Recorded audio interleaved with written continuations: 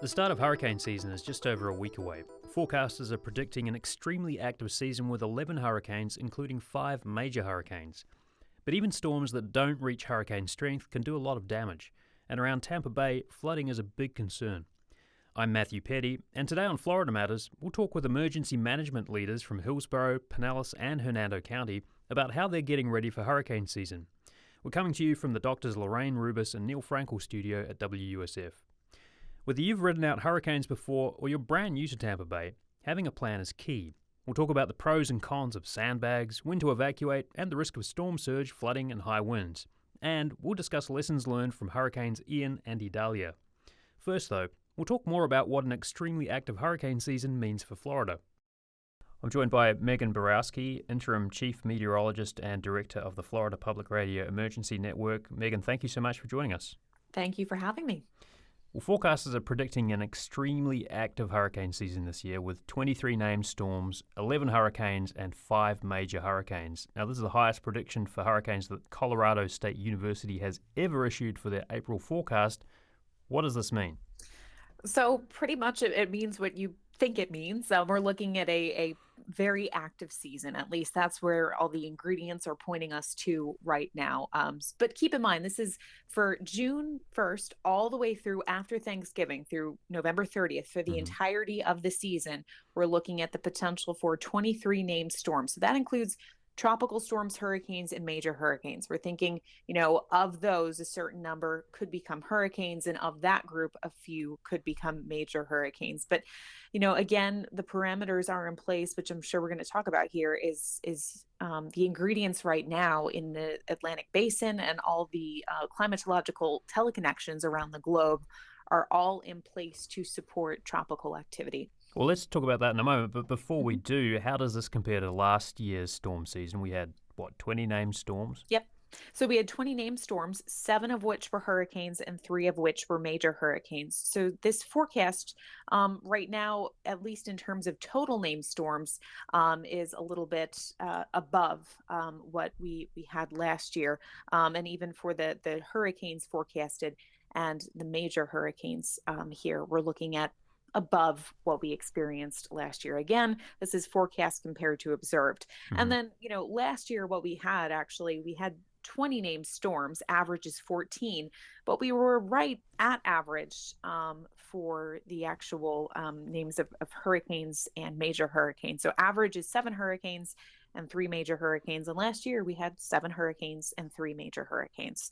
So a bit above average last year in terms of total named storms, but on average for hurricanes and major hurricanes. And as we say every year, it only takes one, right? And the storm of consequence was Idalia, which kind of plowed its way into the Big Bend area. So it doesn't, even though you have this kind of, I guess, overall forecast, and then you see how it plays out over the season, it can just take one storm to do a lot of damage.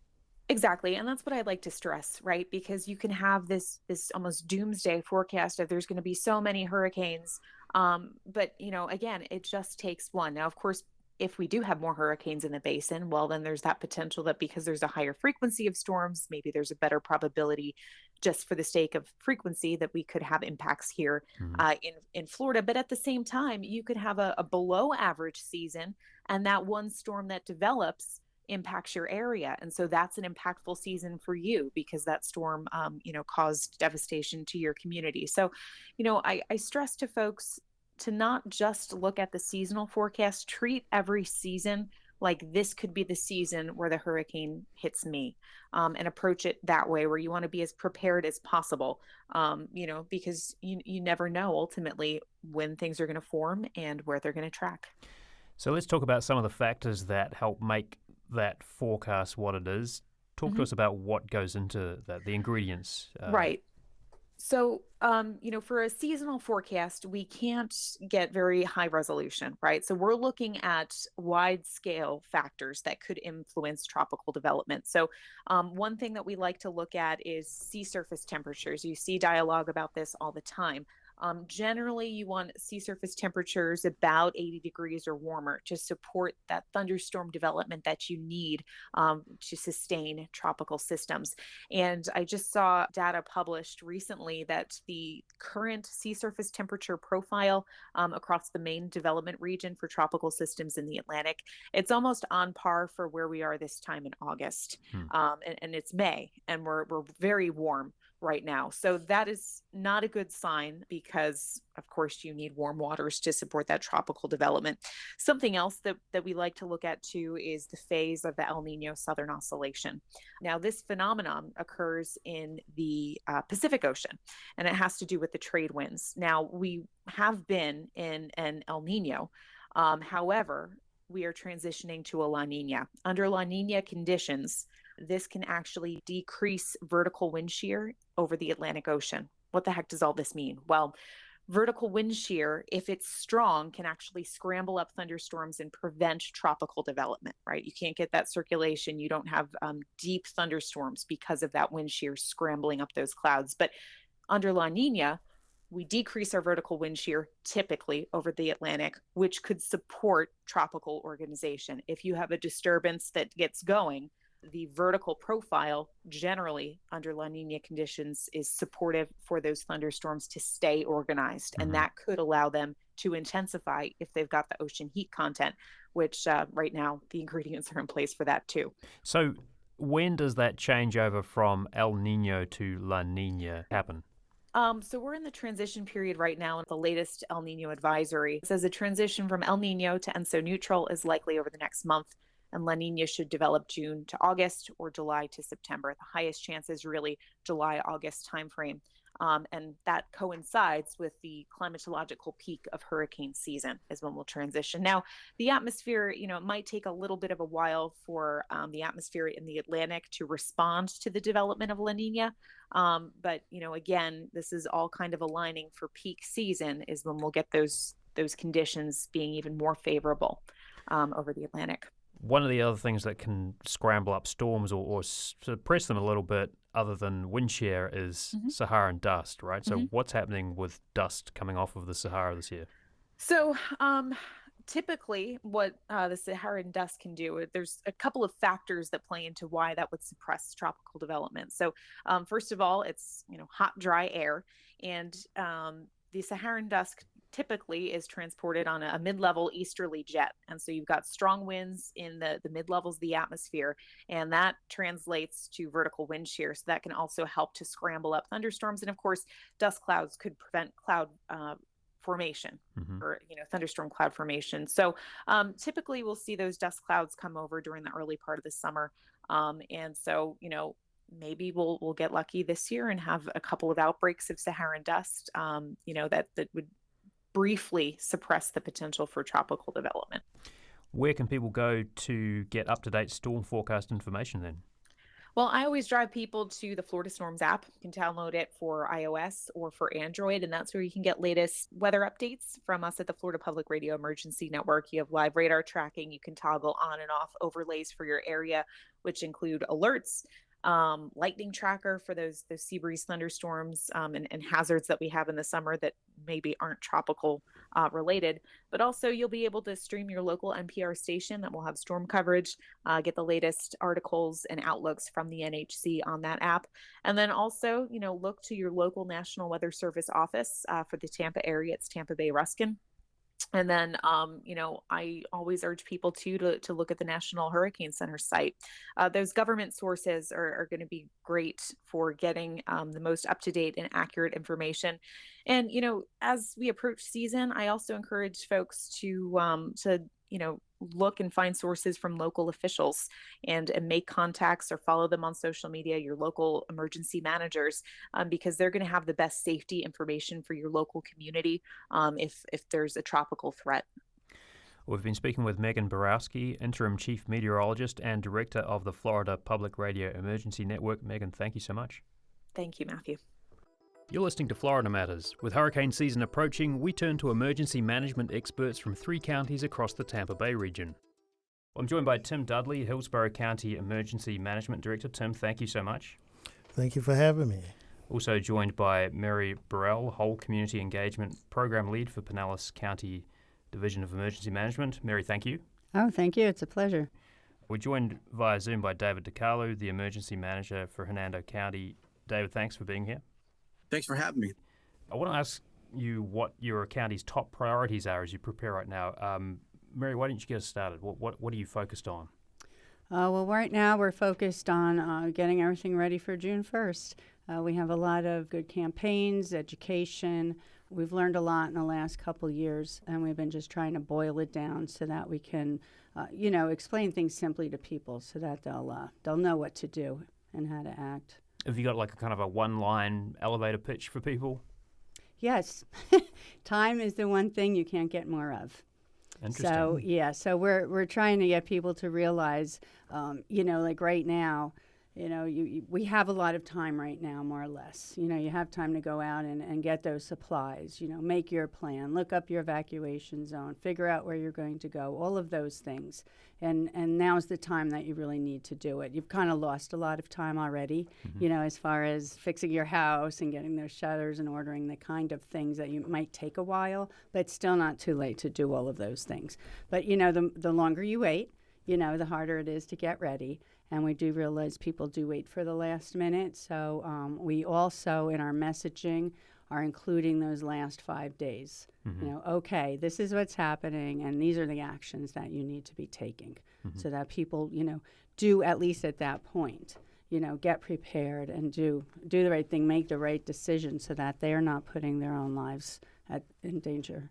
Tim, when you're out and about talking to people, what are some things that you hear from the community that sort of helps you plan better? So you hear things about some folks may have transportation challenges. Here in Hillsborough County, we have great partners with HART, the school district, and Sunshine Line here in the county proper.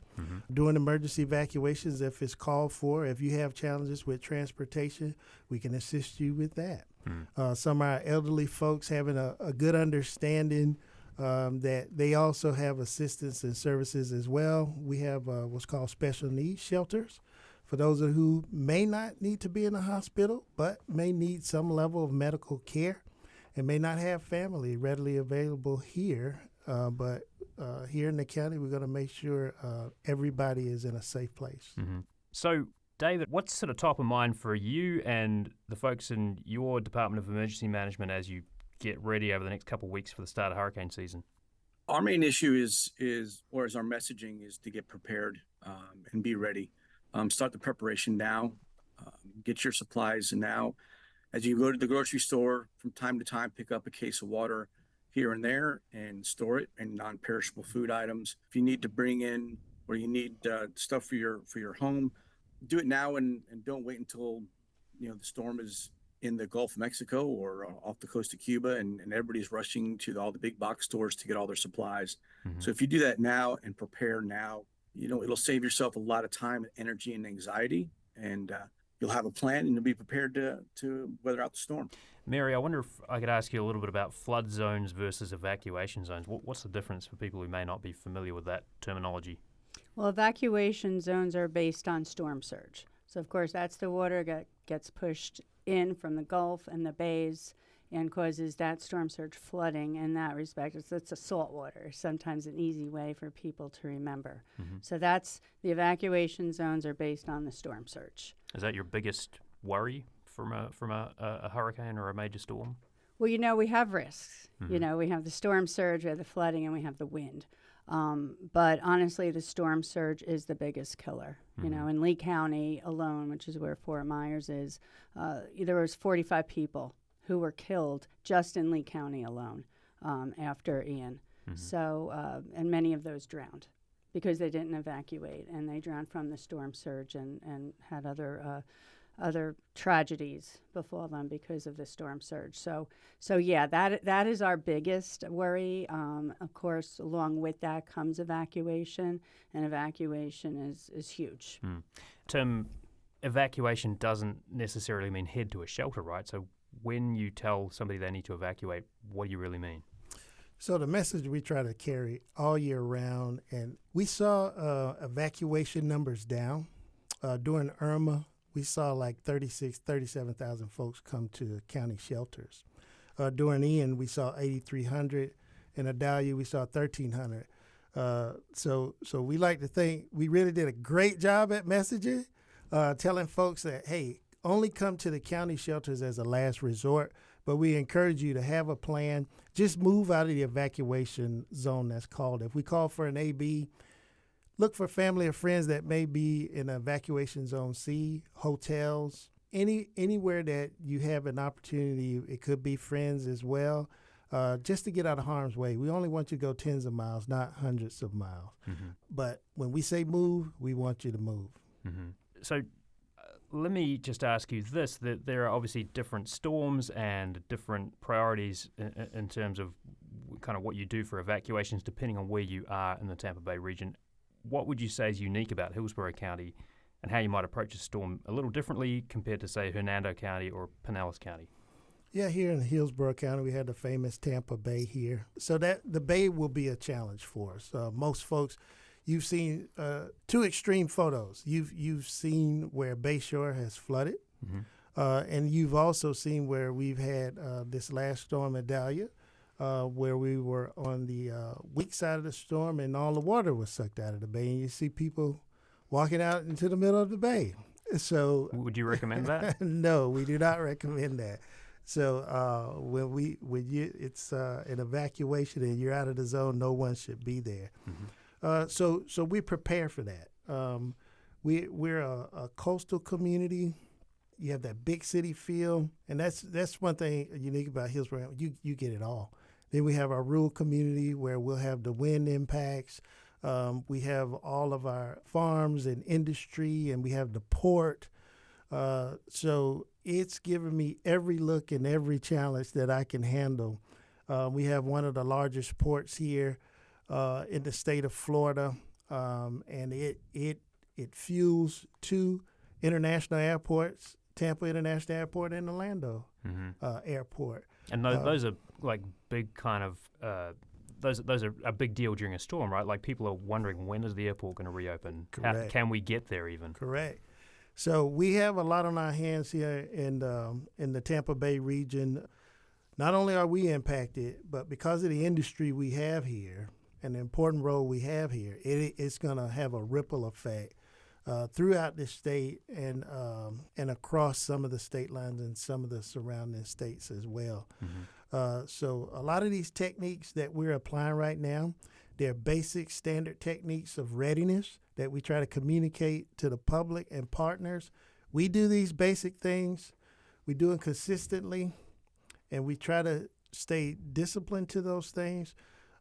We can't stop Mother Nature. We can't stop the disaster, but what we can do is make sure we're ready, take the impact, and then bounce back as best we can and respond best as we can.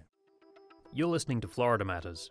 We're talking about the upcoming hurricane season with Hillsborough County Emergency Management Director Tim Dudley, Mary Burrell, Whole Community Engagement Program Lead for Pinellas County Emergency Management, and David DiCarlo, Emergency Manager for Hernando County.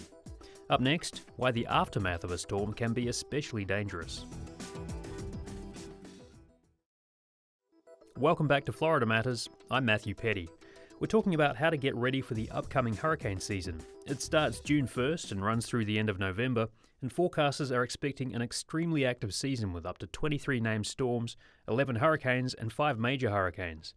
Let's get back to the conversation with Hillsborough County Emergency Management Director Tim Dudley, Mary Burrell, Whole Community Engagement Program Lead for Pinellas County Emergency Management, and David DiCarlo, Emergency Manager for Hernando County.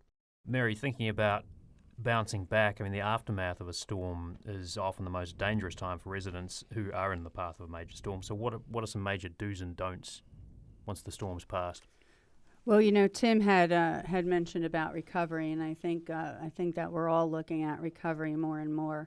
And we too, work with our partners. We have a lot of kind of isolated communities. We have the barrier islands. We have our low-lying areas. We have different neighborhoods. So we really rely on our partners, as Tim was saying, and of course the different emergency managers across the state and nation. Our partners.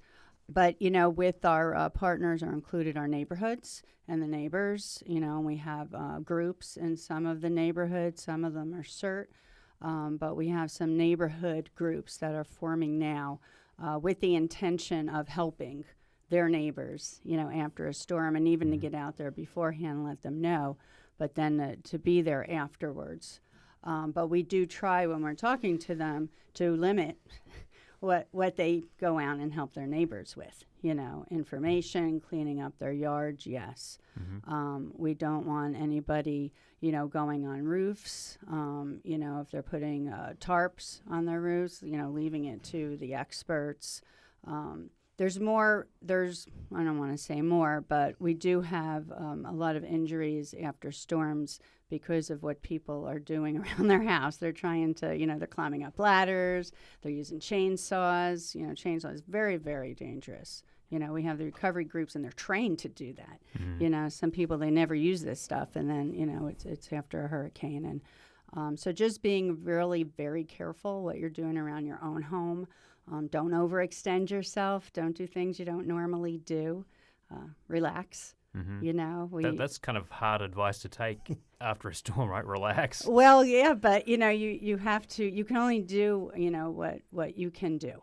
You have to protect yourself. You've done all of this planning. You've collected all this food. You're ready to kind of wait it out. And you have to keep yourself safe afterwards, too. And you just have to really remember that. There's live power lines. Don't go wading through water. Keep your pet near you. Remember that there's critters around. There's going to be a lot of mosquitoes. Make sure you get your bug spray beforehand. Yeah, it's kind of like survival afterwards. And with the chainsaws and the tarps and everything, there are groups that are going to be coming in. There's federal, state, but also our local recovery groups, our trained volunteer disaster relief groups, and they will help. They'll be coming through. Just keep yourself safe afterwards as well. Anything you'd like to kind of leave listeners with as you get ready for the last little bit of time before hurricane season, David? Just prepare. Be prepared now. Get all your supplies. Make a plan, build a kit, stay informed, and get involved. That is our 4 tenets that we go by here in Hernando County. Make a plan. Make sure you have a plan for not only yourself, your family, your friends, your business. If you have a business on the coast or even any business, have an emergency plan for your business. Build a go kit. Not only for yourself and your family, have all the supplies. Stay informed. We encourage people to stay informed with our emergency management, our Facebook page, and whatever trusted local news service they'd like to watch to keep up with the weather. And then get involved. Not only help themselves, but help their neighbors. Help your family, friends get prepared. Hernando County's a little more elderly population than down south. So we encourage everybody to help one another out and get prepared. Mary, what about you? What's your kind of words of wisdom for folks in the lead up to hurricane season starting? A lot of our main points are the same. Prepare, plan. We go by know your risk, because your evacuation zone, your storm surge risk is so important to know about in the flooding, and the wind. And where do people find that info? Well, we have it on our website. I'm sure the others do too. And we have our hurricane guide that is available, throughout the community in English, Spanish, and Vietnamese. And it's also online that you can find this information out.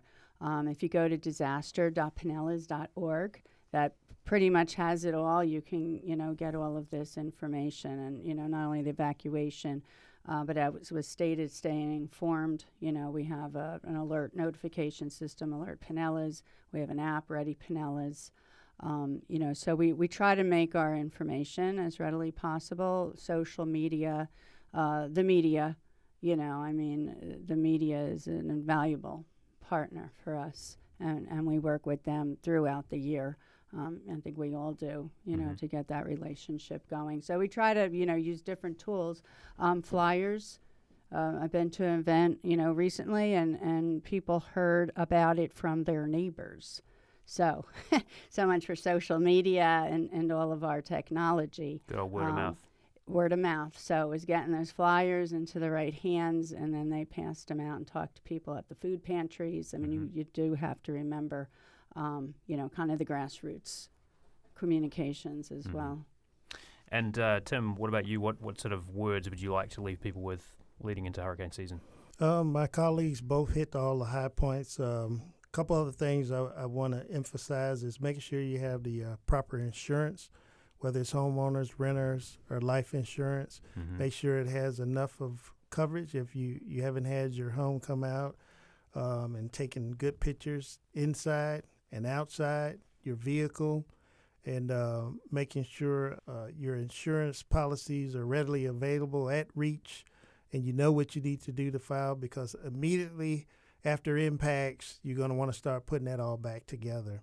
And we saw that last year during recovery efforts. Folks kind of struggled getting some of that basic information right out the door. There has been quite a lot of focus on insurance in the last couple of years, though. So do you feel like that has made people think more about it in the lead up to hurricane season? Absolutely. And we've just seen these storms are coming in faster and more intense.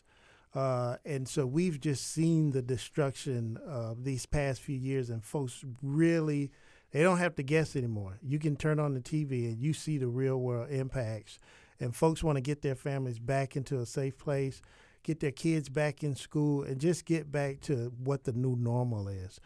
Here's Hillsborough County. We ask you to go to Hillsborough County Stay Safe page, and this is where you can find all that great information. We usually have a lot of information for you to consume in these brief moments. So you have to take a little bit of time, do your homework, and do it as a family. Get together, and we don't want to overcomplicate this thing. You've got all these items that you need to prepare in your home right now. You've got batteries and flashlights and all of the games for the kids. They're just kind of spread in different rooms and in the garages, in the cabinets.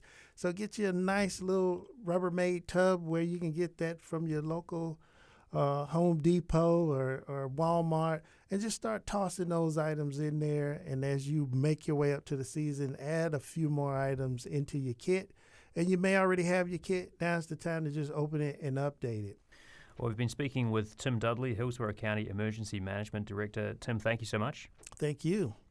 Mary Burrell, Whole Community Engagement Program Lead for Pinellas County Emergency Management. Mary, thank you. Thank you very much. And David DiCarlo, Emergency Manager for Hernando County. David, thank you. Thank you so much. I appreciate it. That's our show for this week. Our executive producer is Grayson Doctor. Jackson Harp was our engineer for this episode. Subscribe to Florida Matters wherever you get your podcasts. I'm Matthew Petty. Thanks for listening.